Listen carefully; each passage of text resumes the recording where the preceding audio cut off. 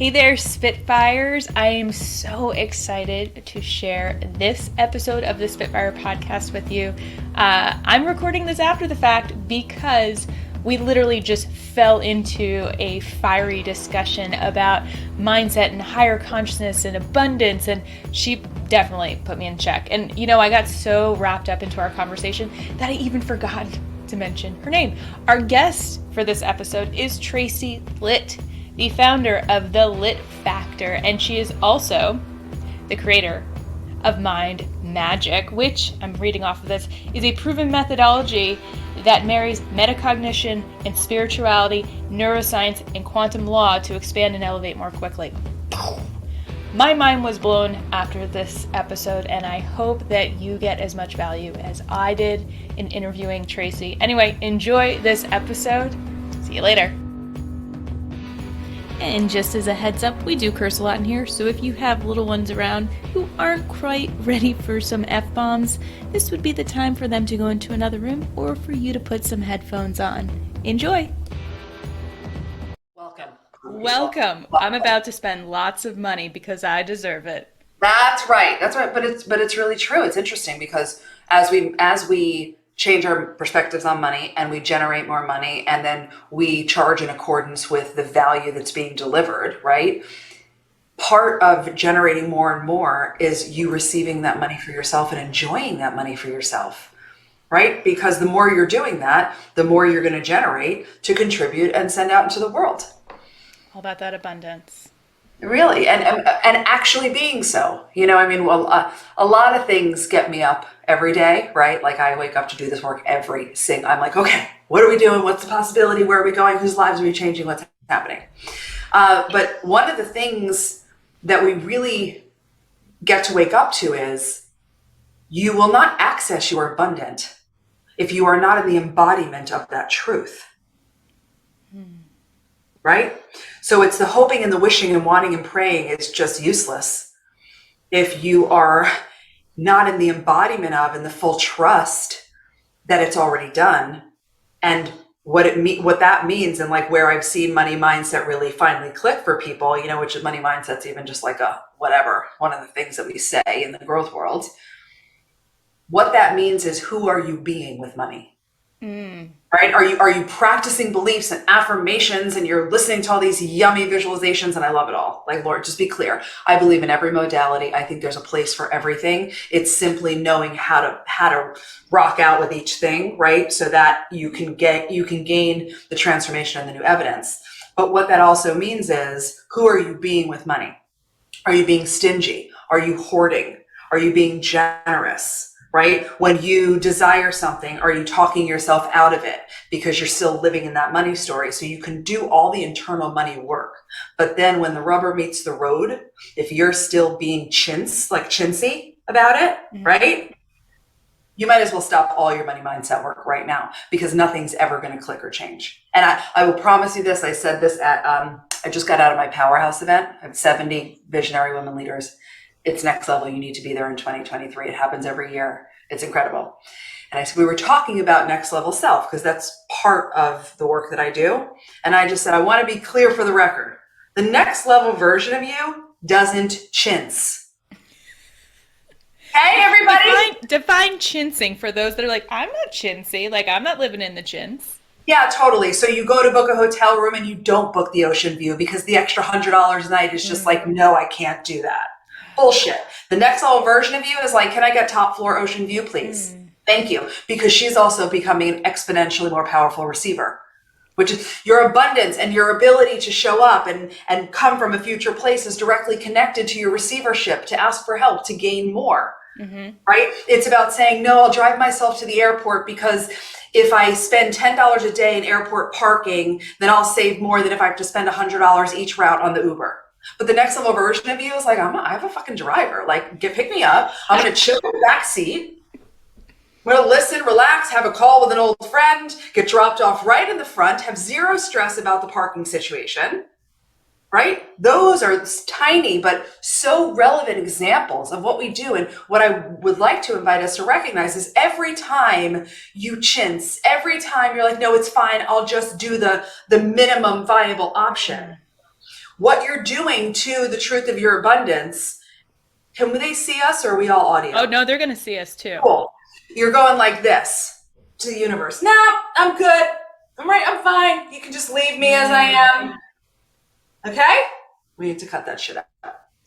Well, you said the magical 4-letter word, the F word. Fine. Fine. Fine. These fluffy bullshit words that are just like, yeah, no, everything's good. Everything's okay. I'm fine. It's good. I'm fine. But it's such like this saying out loud, I don't deserve this. I don't deserve better. I don't deserve permission to do it. And I have been in different spaces, going back in person. I don't know if your event was in person or not, but it was, yes. Yeah, I was not prepared for the amount of scarcity energy that was out there, fear-based energy that was out there. And I had this realization as I was sitting on the plane going home, going, I don't belong in this room. I don't operate this way. I don't feel this way. And I don't want to surround myself around it.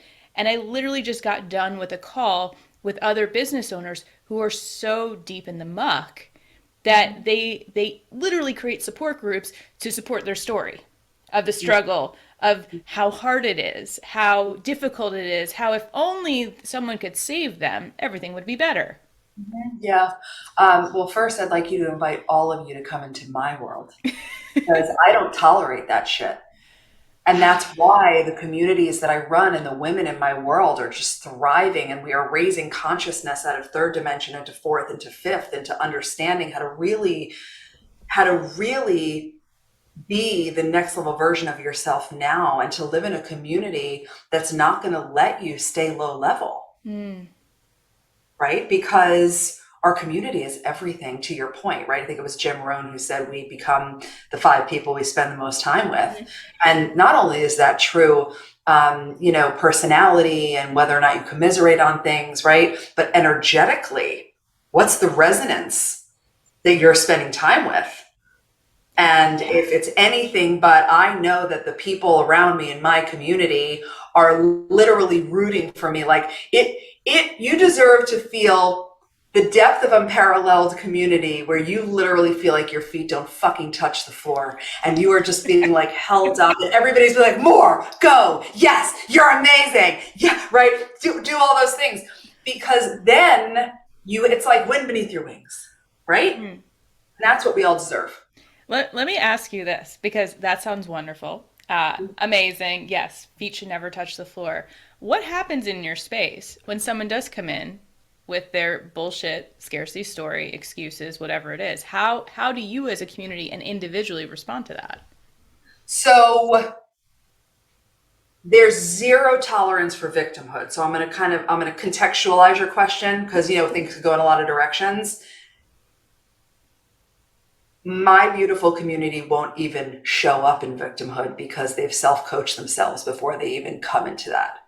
Right? Like if you're being powerless, absolutely not, because we live under the tenets of personal responsibility, right? Recognizing like, okay, whatever's happening in my experience is a direct reflection of something that's going on in me.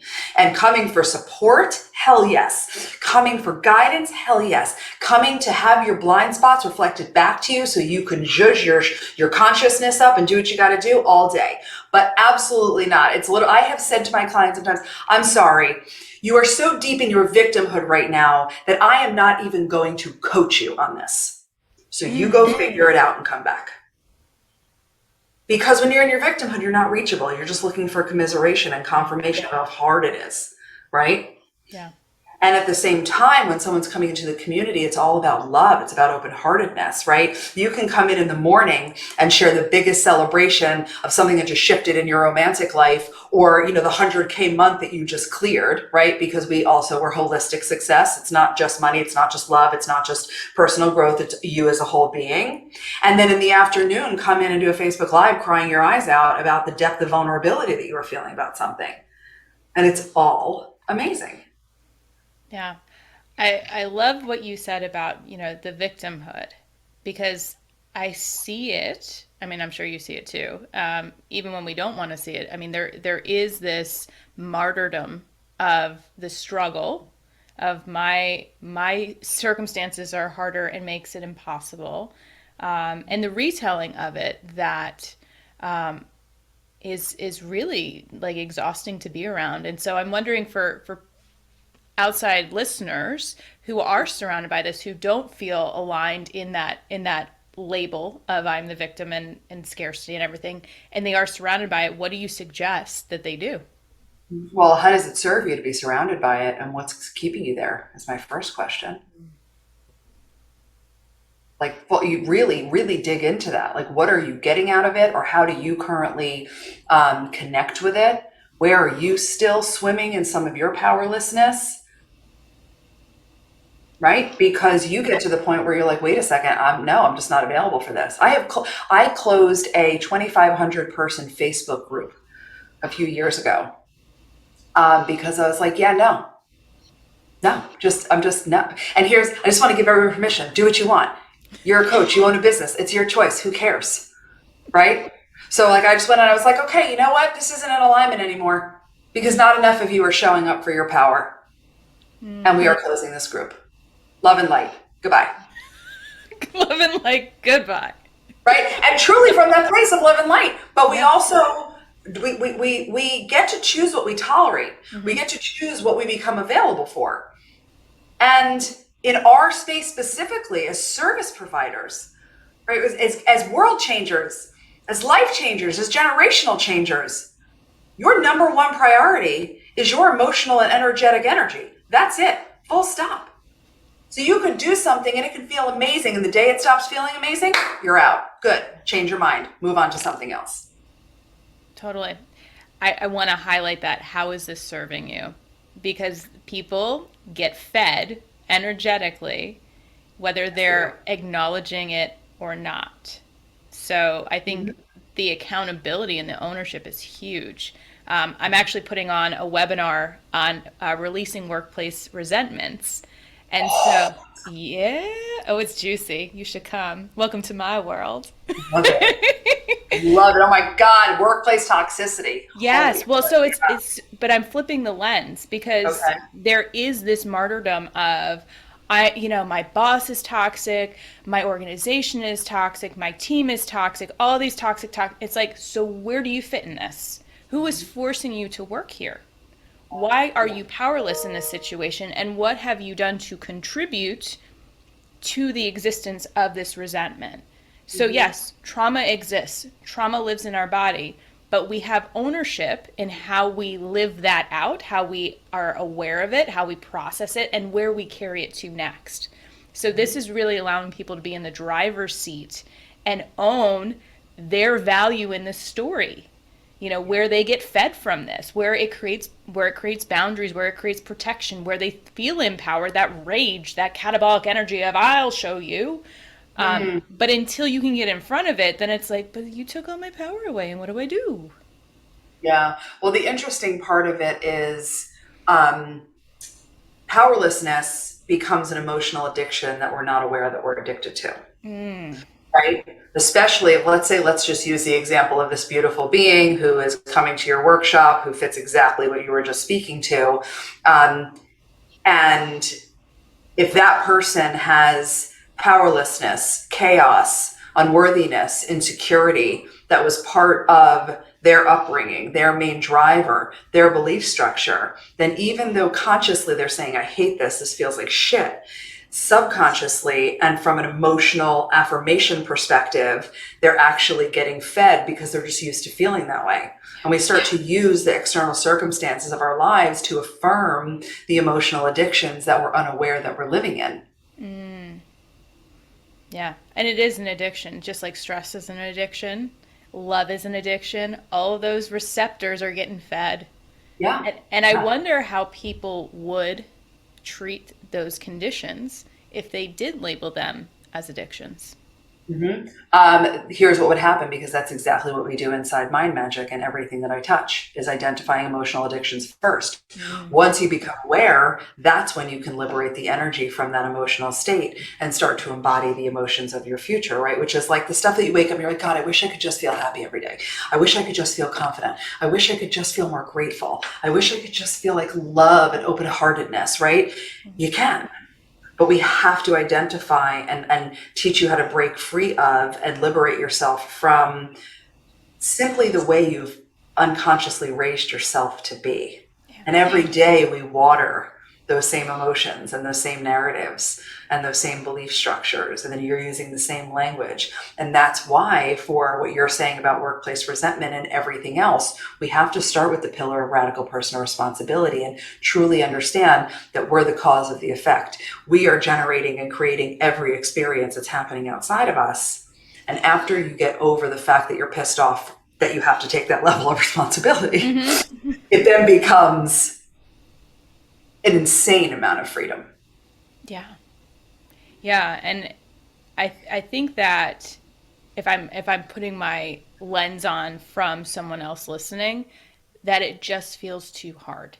It feels like too much work that, well, why don't other people have to be responsible? Why is it all on me? Why am I the one that's having to carry this heavy load or do this big work? Yeah. Well, if that's the perspective that you're coming with, then that's the narrative that lives inside of you. And you felt like that your whole life. This isn't about this conversation. Right? Because if we were able to pull 30 different people that hung out and listened to us talk, we would have 30 different perspectives of this conversation. So if that in fact is you and you're like, oh my God, but that is me, then start to ask yourself, wow, how long have I taken responsibility for everything and everyone? Because it's a weightiness, right? Because the wording is like, well, why do I have to be the one that's responsible, right? And work through your own resentments and the things that you've been carrying. Yeah. Well, and that's why I'm teaching this process. So basically there's 3 different levels. And so you have to kind of first start with those surface level, like little annoyances that create those openings for the deeper seated stuff to start to come up. So if you can look at what are the things that are annoying me, that are agitating me throughout the day, those points of friction, and how do I start to identify them as conflict within my values and the experience that I'm having, and start to feel empowered in objectifying them and calling them out as such and making a more empowering decision to align with what you want in your future. That's amazing. That's amazing. That's so powerful. Very lucky. Whoever's attending this is very lucky. You're so lucky. But You are. I haven't shared this because to me this was a very personal experience. I do intensives, and so we kind of get to the root of like much deeper things because everything's kind of entangled and enmeshed in our story. And so once you start to pull one up, everything else starts to come up. But I realized like people can do the groundwork here. They can start to pull up the soil a little bit to see like what root structures are actually below. And I think that's actually the scariest part is people don't even know. They sense that there's something bigger that they are not capable of processing or dealing with. And so it's just easier to put more topsoil on top and keep it moving. Well, of course. I mean, the sheer act of getting uncomfortable is extremely uncomfortable. And anything you're going to do to change any part of healing or growth, expanding, ascending, any of it is uncomfortable. And it has to be because it's unknown and it's unfamiliar, which is why a new profound understanding of our biology and our humanness is really, really important so that you don't mistake that as, no, it's too hard, I don't want to, and you start listening to your thoughts, right? And then all of a sudden you're just back in the same old, and then you get to your last day on earth and you're like, holy shit, I did nothing. You're sitting on a pile of coulda, woulda, shoulda. Like that was my biggest, that was my catalyst for finally getting out of corporate America and going back to school and becoming a coach and launching a personal growth company and doing all those things, was me getting in touch with that via my highest self one night, because I had a calling to leave corporate America, like most of us do. I was like, this is the coach's journey. And I was so sure, like my soul was like, yes, you are unique, you are skilled, you are talented, you are here to like really change the world. Okay. And with all that conviction, the next day I would do nothing. And then the next day I'd be like, I'm in. And then the next day I would shy away. And I literally gas and braked myself for 2 years, talking to the admissions director at IPEC before I finally took the plunge because of fear. Right? So recognize, it was one night where it was like a deep connection, and it was literally like, you are going to die one day.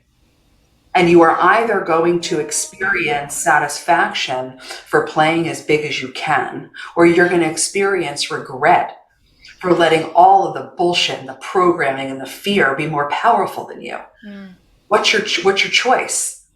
And I was like, oh yeah, hell yeah. It's so easy. As soon as you get in touch with the fact that the only truth there is that we're all going to die, and I mean that seriously and with a little levity, everything becomes so clear. Because when you have no more time left, you're like, oh, I know exactly what I would do. I would launch that program. I would leave that marriage. I would start that business. I would go for that promotion. I would tell my boss exactly what I think, right? So what are you actually waiting for? I wonder if people actually attempted to answer that question, what would come up for them? What are you waiting for? What are you waiting for? Answer it. Well, not literally now because you can't talk to us, but pause us. No. Pause us, journal it out, come back, send Lauren a message. But really, what are you actually waiting for? Yeah. The story that you tell, like I hear this kind of like I've had enough, and I've like people waiting for the signal, waiting for the permission, waiting for the right time, but they're not actually clear about, well, what does that look like? What is it that you actually need to take that bold step to make that necessary step?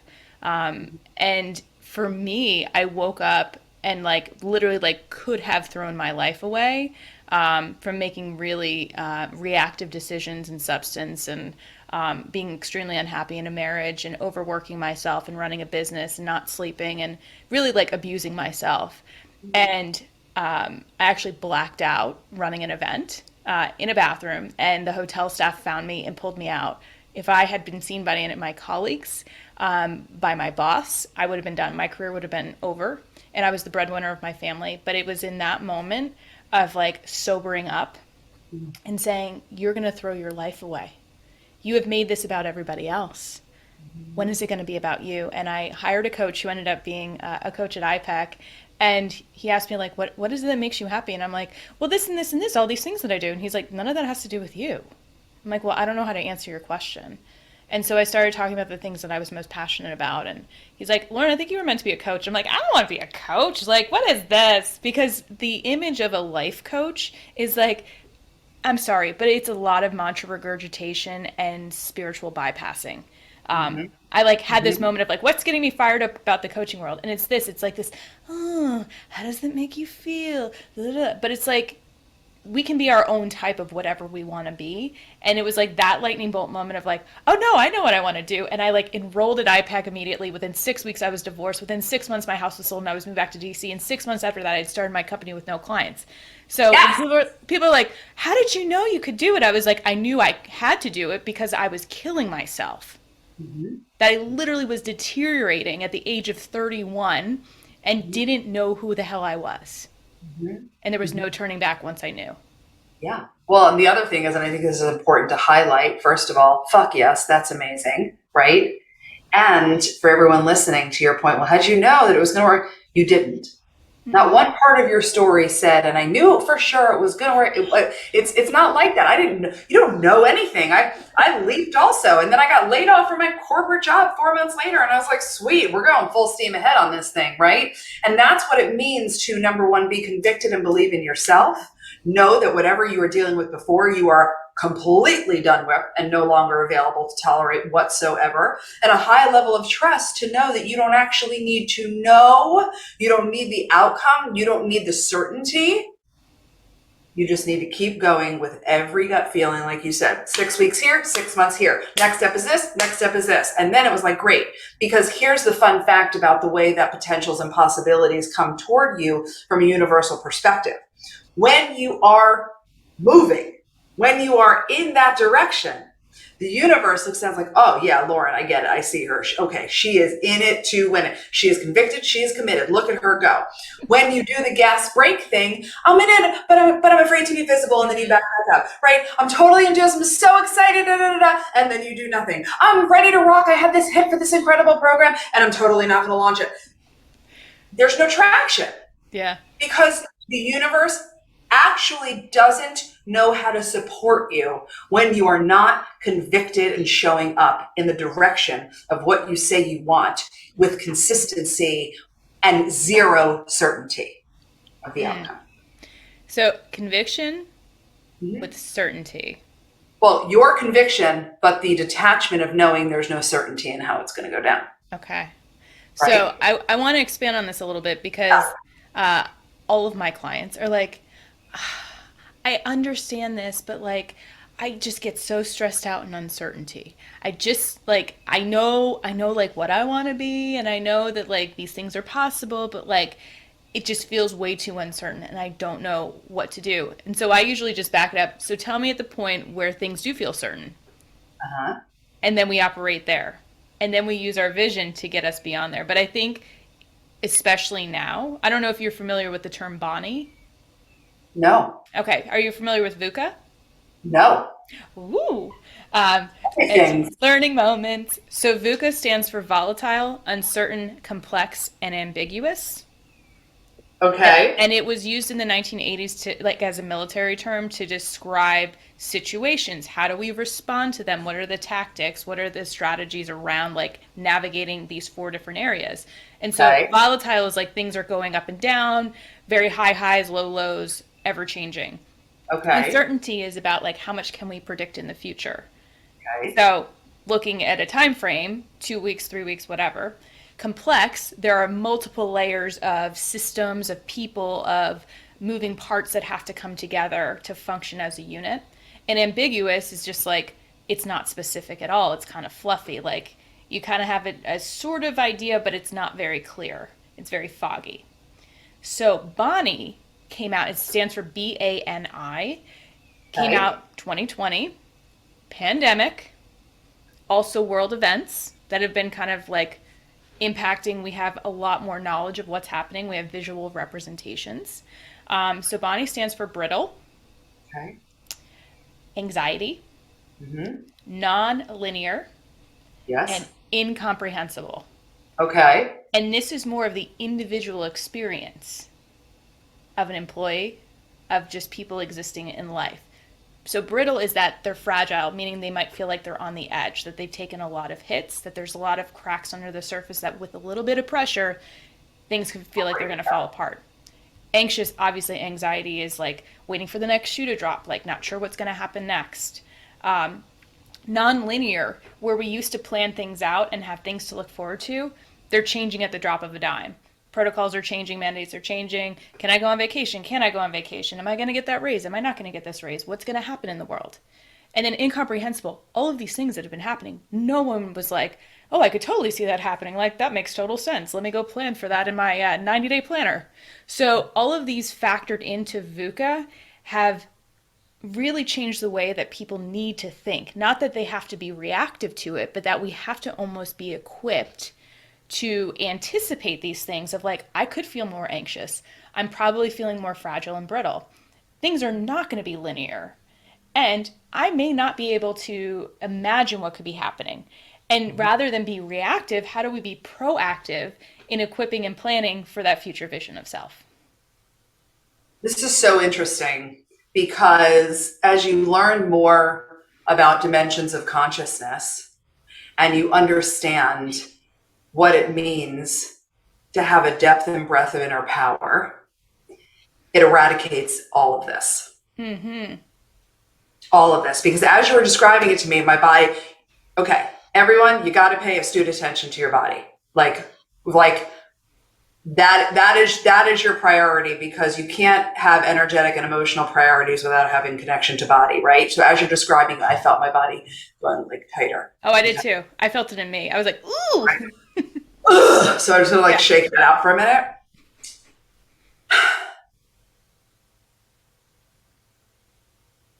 That starts to speak to a lower level of mind. Mm-hmm. Okay? Because what's real is we've never had certainty, ever. We've just been living under a delusional sense of control and planning for so long, for so many centuries. And one of the things that the past 2 years has gifted us is a huge shaking wake up call to what matters, what's real, and the truth that the only certainty there is none. So to me, it becomes an opportunity to Number one, understand the biology of what happens in your mind and your body when things are unknown and uncertain and unfamiliar, so that you can appropriately and lovingly work with your body every single day, right? And it doesn't take, you don't have to get trained. You just learn how to do a couple things in your body and you're good to go, activating your vagus nerve, calming your system down, creating safety over and over and over and over again. Not only because shit's going to happen outside of you no matter what, but if you are here to do anything different with your life, more, greater impact, wealth, holistic success, all of that lives in the unknown. Mm-hmm. Because if it was known to you, it would be your current reality and you wouldn't be listening to this podcast. So for us to be able to recognize, okay, so I'm a spiritual, energetic being having a human experience. What do I need to do in my humanness to keep my body safe? To literally not believe a thought I think, because this gorgeous thing it's just a tool. That's it. That's all it is. It's electrical impulses that are shooting through, your heart beats, your eyes blink, your mind produces thoughts. Your responsibility is to not attach to the thoughts that are disempowering you and driving your anxiety and driving your low level consciousness, and intentionally choose higher level thinking that is aligned into how you want to feel and who you want to become and what you want to create. And then cultivate a higher level consciousness, because in the fifth dimension of consciousness, all of that shit doesn't even exist.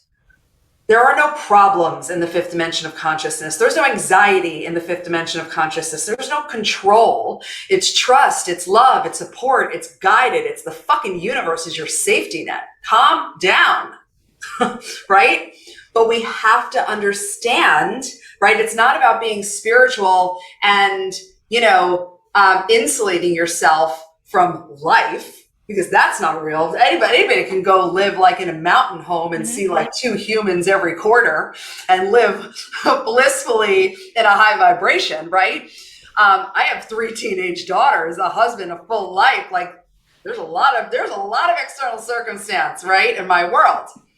But it's about recognizing in our humanness, we feel, we release, we never bypass, right? We recognize the emotion that we're feeling, we fucking honor it, and we let it leave our body, because that is how we honor our emotions, so it doesn't get stuck. So we stay clean and clear. So there never is a world where you're like, smack some positivity on it, or aren't you grateful for something else? It's like, enough already. No, that is unhelpful. And it has to be balanced. So we learn how to recognize the emotion, feel it, like honor it, like rage it out. Like my clients go to rage rooms all the time, right? And feel it out without becoming the emotion that we're experiencing. So feeling isn't becoming. Oh, yes. Thank you. Correct. And that's what happens is the feelings start, what goes on wiring wise and habitually until you listen to something like this and then you come and you do the work, is we are so conditioned, we feel the feeling, and then we judge the feeling. Why am I feeling this way? What's going on? I don't want to feel this way. How long am I going to feel this way? This feels like the last time I felt this. Now you're in it. Now you're like literally becoming the feeling. Now the feeling is driving your thinking, and your thinking is driving the feeling, and you feel how you think and you think how you feel over and over and over again. And now you're on the fucking floor. Right? Not in a healthy snot bubble cry way that I always want us to do, but in oh my God. Like women were coming to Powerhouse. They were literally just like, I got home and I just told my husband, like, I just went and I cried for the weekend. That's what I did. And it was primal and glorious. Can I tell you the best place to do that? Please. Window seat of a plane. Say more. You can't, okay, so on my way home from this trip, ugly snot bubble cry, mask on. It's loud. It's loud. My neighbor's sleeping on her husband's lap, and then beverage service came by and gave me napkins. So I'm journaling during all this, going. No one knew anything. Oh my God, that's amazing. Well, I see the reason why I wasn't able to click into that right away is because I am always an aisle seater. I'm 5'10", and I need my legs. I need the space to put my legs out. Yeah. So 5'2 3/4". I have to bring a foot hammock for the back seat, so because my feet don't touch. That's amazing. That's amazing. Sorry to derail the story. No, I love it. We need to be together in person just so we can stand together, and you can lay your head on my breast, and we can hold you. I'm a good nuzzler. That's what I call my niece, Vivi, because when she was a baby, she like wormed up into my neck and she started nuzzling. So I call her Nuzzy. That's her full-time name now. Yeah. So cute. So cute. So to the spirit of that, being able to feel your feeling, because once you've non-judgmentally honored yourself and felt the feeling, right? So you really let it move through in all the different ways we could say how. Now your body is cleaner and clearer. Therefore, your thinking is available to you, the ability to choose, right? And then you remind yourself, like, wait a second.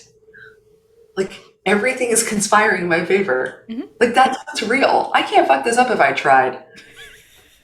And I try.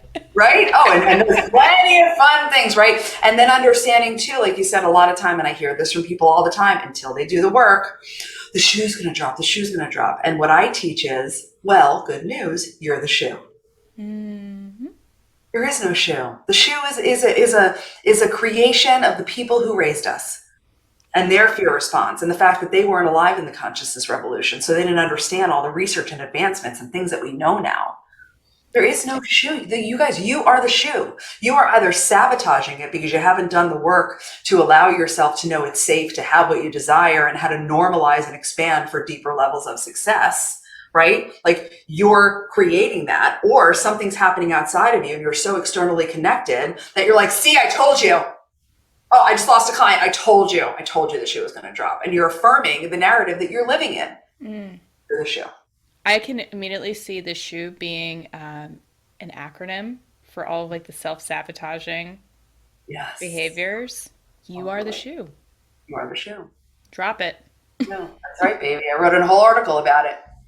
It's good. Love to see it because it sounds. Yeah, we'll share it. We can link it in the show notes if you want. Yeah, let's do that. Yeah, it's all about the fear of success. Because that's really where the shoe dropping comes from. Yeah, people aren't afraid to fail. We fail all the time. It's that you have to rewrite your story and narrative of how you think about yourself. Right. Who am I? Yeah. Who am I when I'm not everything I've believed my whole life? Yeah. Yeah. I think that's what it has more to do with. Yeah. Whoever you want to be, actually. Yes. It's good stuff. Yeah. Ooh, I'm like, I don't even know where to go from there. I'm like, do you need a cigarette? I swear to you. I was literally just thinking that. I was like, was this just sex? What do we just do? Do we need to smoke now? Do we need to smoke now? I think so. Is that good for you? So good. Everything. Oh my God. These are the fucking conversations that this is like why I love to do what I do. Come up with other amazing freaking women like you and just talk about it. Yeah. And it honestly is like a release and a relief of like when you can fully be yourself and talk about the things. Like I literally was in the shower like an hour ago, like coming up with a list of things that fire me up. And like we have hit on all of them and I didn't even need to verbalize them. I was like, what's got me going? What do I want to talk about? And I didn't even have to like prime them up in questions for you. You're just like, let's just hit it. And we haven't even like said your name. Oh yeah. Oh, by the way, hi. I'm the worst host ever. Do you ever do this when you meet people? Like you just get into the phone and you're like, by the way, I have no idea what your name is. Yeah. Oh yeah, totally. But that's amazing because it's such a state of presence and engagement, you know? And yeah, when you were in the shower, it was already transmuting over to me. So we're like, great, let's have this great conversation. And they came flying out. You know, I had to clean up for you. It's Zoom. You can do whatever the hell you want. Not half my life. I spend all of my days half dressed still to this day. Unless I like went to the gym before or something. I got yoga pants on here. Got my PJ. Oh yeah. On PJ pants, and this is actually a shirt that one of my clients, I bought from one of my clients. Vibes speak louder than words. She has a great little boutique. Fantastic.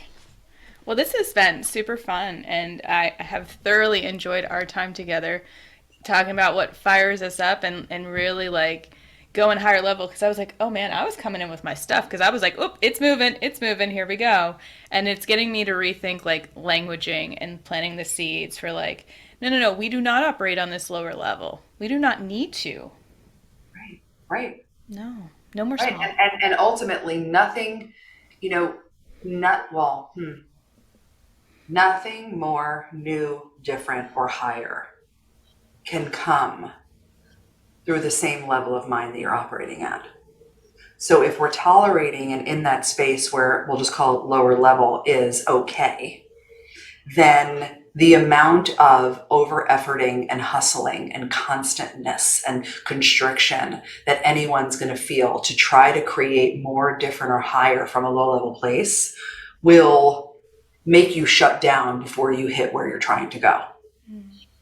We must. It's like not even like, oh, can I? No, you have to come up to a higher level of mind, a higher conscious awareness, so that you can move from that place with so much ease. So much ease. So much ease. Love it. Love it. Well, Tracy, this has been an absolute pleasure. And if our listeners want to learn more about you and connect and get to that higher consciousness, where can they check you out?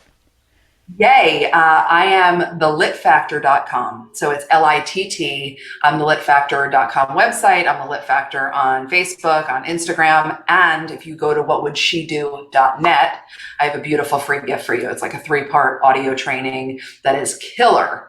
That will have massive, massive shifts if you choose to do it. So head over there. Love it. Well, I know that I got lit. I got a little fired up. All good. Tracy, Yeah. thanks so much for spending some time with me and sharing your awesome knowledge and wisdom with our listeners. And to all the Spitfires out there, you keep being awesome. Yay.